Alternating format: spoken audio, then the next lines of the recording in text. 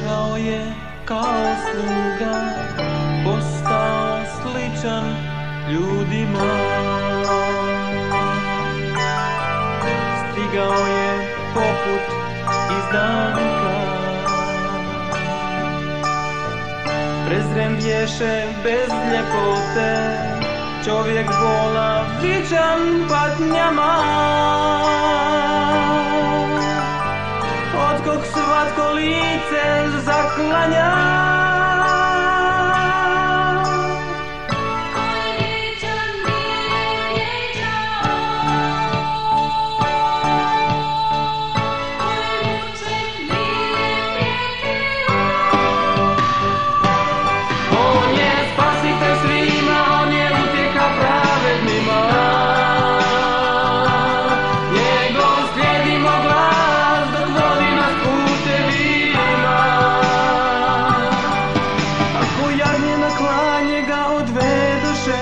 Za opačine svijeta ga probodoše, radi našega mira njega osudiše.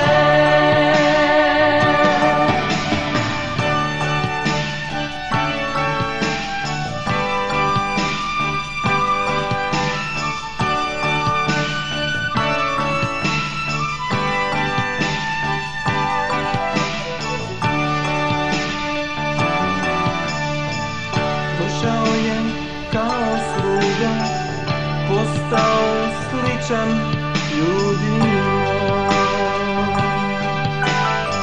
Stigao je poput izdanka,